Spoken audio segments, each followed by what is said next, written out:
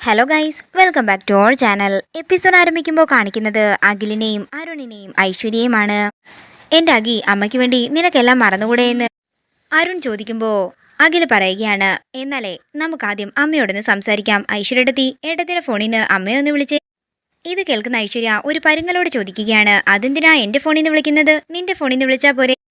അത് പോരെ ഏട്ടത്തി, ഏട്ടത്തിയുടെ ഫോണിൽ നിന്ന് തന്നെ വിളിക്കണം. ഇത് കേൾക്കുന്ന അരുൺ പറയുകയാണ്, ആരുടെ ഫോണിൽ നിന്നാണെങ്കിലും വിളിച്ചാൽ പോരെ? എൻ്റെ ഐശ്വര്യയെ നീ ഒന്ന് വിളിച്ചു കൊടുക്ക്. തുടർന്ന് ഐശ്വര്യ വസുന്ധരയുടെ ഫോണിലേക്ക് വിളിക്കുകയാണ്. എന്താ ഐശ്വര്യ, എന്താ എന്ന് വസുന്ധര ചോദിക്കും. ഐശ്വര്യ എന്തോ പറയാനായി തുടങ്ങുകയാണ്. പെട്ടെന്ന് തന്നെ ഐശ്വര്യയുടെ കയ്യിൽ നിന്നും ഫോൺ വാങ്ങി തന്റെ ചെവിയിലേക്ക് വെക്കുകയാണ്. എന്തായി മോളെ, അവനെ വീട്ടിലേക്ക് കൊണ്ടുവരാൻ നിനക്കെന്തോ ഐഡിയ ഉണ്ടെന്ന് പറഞ്ഞിട്ട് അത് വർക്കൗട്ടായോ? അവൻ സമ്മതിച്ചോ ഇങ്ങോട്ടേക്ക് വരാമെന്ന് എന്നൊക്കെ വസുന്ധര ചോദിക്കുമ്പോൾ എല്ലാം കേട്ടിട്ട് അഖിൽ പറയുകയാണ്, അതെ, പച്ചക്കറി കടയിൽ ബോറടിച്ചിരിക്കുമ്പോൾ കാണാൻ വേണ്ടിയിട്ടേ 2-3 പെൺകുട്ടികളുടെ ഫോട്ടോ വേണമായിരുന്നു, അതൊന്ന് ഒപ്പിച്ചു തരുമോ എന്ന് ചോദിക്കാനാണ് ഞാൻ വിളിച്ചത്. ഇത് കേൾക്കുന്ന വസുന്ധര അത് പിന്നെ അഖി എന്നൊക്കെ പറയുമ്പോൾ അഖിൽ പറയുകയാണ്, അതെ, അമ്മായിയമ്മയുടെയും മരുമകളുടെയും ഐഡിയ ചീറ്റിപ്പോയി. അമ്മ എന്നുള്ളൊരു പരിഗണന അല്പമൊക്കെ എൻ്റെ മനസ്സിലുണ്ട്. നിങ്ങളായിട്ട് ഇനി അതും ഇല്ലാതാക്കാൻ നോക്കരുതെന്ന് പറഞ്ഞ് അഖിൽ ദേഷ്യത്തോടെ കോള് കട്ട് ചെയ്യുകയാണ്. എടാ അഖി, അമ്മ അങ്ങനെയൊന്നും ഉദ്ദേശിച്ചിട്ടുണ്ടാകില്ല. അരുൺ പറയുമ്പോൾ അഖിൽ ചോദിക്കുകയാണ്, അന്ന് ആനിവേഴ്സറി ആഘോഷത്തിന്റെ സമയത്ത് അമ്മ പെൺകുട്ടികളുടെ ഫോട്ടോ വെച്ച് ശ്യാമയെ അപമാനിച്ചപ്പോൾ ഏട്ടന്റെ നാവെന്താ പണയം വെച്ചിരിക്കുകയായിരുന്നു. അന്ന് തകർന്നു നിന്ന ശ്യാമയെ പിടിച്ചുകൊണ്ട് ഞാൻ ആ വീടിന്റെ പടിയിറങ്ങുമ്പോൾ ഒരു സാന്ത്വന വാക്ക് പറയാൻ പോലും ആരും ഉണ്ടായിരുന്നില്ലല്ലോ. എനിക്ക് എന്റെ ശ്യാമയും അവൾക്ക് ഞാനും, അത് മതി. ഇനി ഈ കാര്യം പറഞ്ഞുകൊണ്ട് ആരും എന്റെ അടുത്തേക്ക് വരണ്ടെന്ന് അഖില് ദേഷ്യത്തോടെ പറയുന്നു.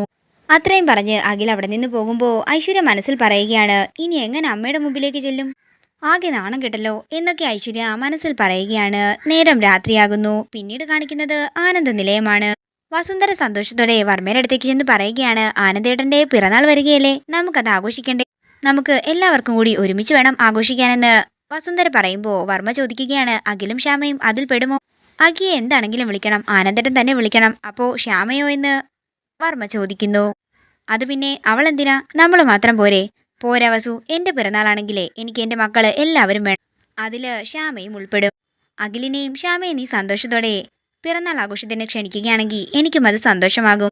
അത്രയും പറഞ്ഞുകൊണ്ട് വർമ്മ തിരിയുമ്പോൾ അവിടെ നിന്ന് ദേഷ്യത്തോടെയും വിഷമത്തോടെയും പോവുകയാണ് വസുന്ധര. തുടർന്ന് വസുന്ധര ചെന്ന് ആദിയോട് പറയുകയാണ്, നിന്റെ അച്ഛനോട് പിറന്നാൾ ആഘോഷത്തിന്റെ കാര്യമൊക്കെ ഞാൻ പറഞ്ഞു. അഖിലും ശ്യാമയും ഒന്നിച്ചുണ്ടെങ്കിൽ മാത്രം ആഘോഷം മതിയെന്നാ നിന്റെ അച്ഛൻ പറയുന്നത്. അത് തന്നെ അമ്മേ ഞങ്ങളുടെ എല്ലാവരുടെയും ആഗ്രഹം. എടാ, നിനക്കറിയില്ലേ, ശ്യാമ നമ്മുടെ കുടുംബം തകർക്കാൻ നോക്കിയതല്ലേ? എൻ്റെ അമ്മേ, അവൾക്ക് നമ്മുടെ കുടുംബം തകർക്കാനാണെങ്കിൽ അന്ന് ആനിവേഴ്സറി ആഘോഷത്തിന്റെ സമയത്ത് അമ്മ പെൺകുട്ടികളുടെ ഫോട്ടോ കാണിച്ചപ്പോൾ തന്നെ അതാകാമായിരുന്നു. പിന്നെ അമ്മ എങ്ങനെയെങ്കിലും അവരെ സന്തോഷത്തോടെ സ്വീകരിക്കുകയാണെങ്കിലേ അച്ഛനെ പിറന്നാൾ ആഘോഷത്തിന് സമ്മതിപ്പിക്കുന്ന കാര്യം ഞങ്ങളേറ്റു. അത്രയും പറഞ്ഞ് ആദ്യം അവിടെ നിന്ന് പോകുമ്പോൾ എന്ത് ചെയ്യണമെന്നറിയാതെ വിഷമത്തോടെ നിൽക്കുകയാണ് വസുന്ധര. എൻ്റെ മകൻ എങ്ങനെയെങ്കിലും എൻ്റെ വീട്ടിൽ എൻ്റെ മുന്നിലെത്തണം, അതിനുള്ള ഏക വഴിയാണ് ഈ ഫംഗ്ഷൻ.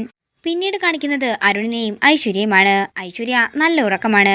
അതേസമയം ശ്രീകുട്ടിയുടെ കൂടെ ഒപ്പമുണ്ടായിരുന്ന നല്ല നിമിഷങ്ങളെയൊക്കെ ഓർത്ത് ചിരിച്ചുകൊണ്ട് നിൽക്കുകയാണ് അരുൺ. അതേസമയം ഉറക്കത്തിൽ നിന്നും ഞെട്ടി എഴുന്നേൽക്കുന്ന ഐശ്വര്യ അരുണിനെ കണ്ടിട്ട് എഴുന്നേൽക്കുകയാണ്. എന്താ അരുൺ, എന്താ ചിരിക്കുന്നത്? എന്തോ രസമുള്ള കാര്യം ആലോചിച്ചതാണെന്ന് മനസ്സിലായി, എന്താ അത്? അത് പിന്നെ ഐശ്വര്യയെ, ഞാൻ നമ്മുടെ ശ്രീകുട്ടിയുടെ കാര്യം ഓർക്കുകയായിരുന്നു. പാവമോള അത്, അവളുടെ കളിയും ചിരിയുമൊക്കെ കാണാൻ എന്ത് രസമാണെന്നറിയാമോ? നേരം പോകുന്നതേ അറിയില്ലെന്നൊക്കെ അരുൺ പറയുമ്പോൾ ഇതൊക്കെ കേട്ട് ദേഷ്യത്തോടെ നിൽക്കുകയാണ് ഐശ്വര്യ.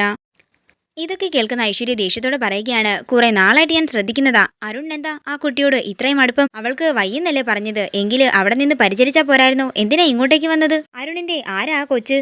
അരുൺ എത്ര പിള്ളേരെ കാണുന്നു, എന്നിട്ട് ആർക്കുമില്ലാത്ത എന്ത് പ്രത്യേകതയാ അതിനുള്ളത്?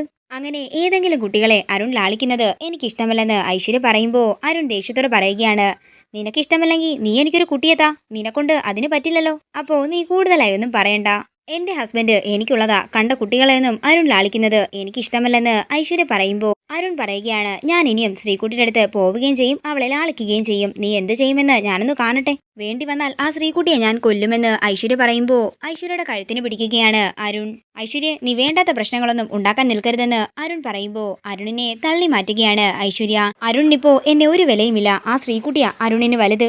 അത്രയും പറഞ്ഞുകൊണ്ട് ഐശ്വര്യ പൊട്ടിക്കരയുമ്പോൾ അരുൺ സമാധാനിപ്പിക്കാൻ ചെല്ലുന്നുണ്ടെങ്കിലും എനിക്ക് കാണണ്ട പോയിക്കോളാൻ പറഞ്ഞ് അരുണിനെ ഇറക്കി വിടുകയാണ് ഐശ്വര്യ.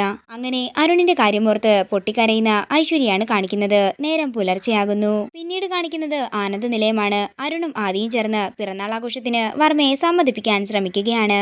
അഖിലിനെയും ശ്യാമയെയും വിളിക്കണം, കൂടാതെ അവരിവിടെ വന്നാൽ ഒരു പ്രശ്നവും ഉണ്ടാകില്ലെന്ന് നിങ്ങളുടെ അമ്മ ഉറപ്പു തരണം.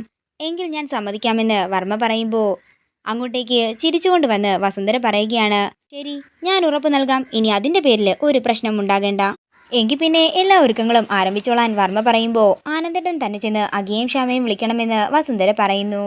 എങ്കിൽ ഞാൻ ഇപ്പൊ തന്നെ ഇറങ്ങുകയാണെന്ന് പറഞ്ഞ് വർമ്മ പോവുകയാണ്. നമുക്ക് എന്താണെങ്കിലും ഫംഗ്ഷന് വിസ്മയുടെ ഒരു പാട്ട് വേണം, ഞാൻ ഇപ്പോൾ തന്നെ അരുന്ധതിയെ വിളിക്കാമെന്ന് പറഞ്ഞ് വസുന്ധര അരുന്ധതിയെ വിളിച്ച് ആനന്ദ നിലയത്തിലേക്ക് വരാൻ പറയുകയാണ്. അങ്ങനെ ആദിയും അരുണും അവിടെ നിന്ന് പോയി കഴിയുമ്പോൾ ഐശ്വര്യ ചോദിക്കുകയാണ്, അമ്മ എന്ത് കണ്ടിട്ടാ അവരെ ഇങ്ങോട്ടേക്ക് വിളിക്കാമെന്ന് പറഞ്ഞത്? അമ്മയെല്ലാം മറന്നോ എന്ന് ഐശ്വര്യ ചോദിക്കുമ്പോൾ വസുന്ധര പറയുകയാണ്, മോളെ, അമ്മയൊന്നും മറന്നിട്ടില്ല. എന്റെ മോനെ ഇവിടെ എത്തിക്കാൻ ആകെ ഈ ഒരു വഴി മാത്രമേ ഉള്ളൂ. എന്റെ അഗിയൊന്ന് എന്റെ അടുത്തേക്ക് എത്തിക്കോട്ടെ, പിന്നീട് അവൻ ഇവിടുന്ന് പോകാൻ ഞാൻ സമ്മതിക്കില്ല. കേൾക്കുന്ന ഐശ്വര്യ ചിരിച്ചുകൊണ്ട് വസുന്ധരയെ നോക്കുകയാണ്. ഇതോടുകൂടി ഇന്നത്തെ എപ്പിസോഡ് ഇവിടെ തീരുകയാണ്. വീഡിയോ ഇഷ്ടമായെങ്കിൽ മറക്കാതെ ലൈക്ക് ചെയ്യുക, ഷെയർ ചെയ്യുക, കമന്റ് ചെയ്യുക. കൂടുതൽ സീരിയൽ അപ്ഡേറ്റ്സിനായി മറക്കാതെ സബ്സ്ക്രൈബ് ചെയ്യുക നയൻസ് ക്രിയേഷൻസ്.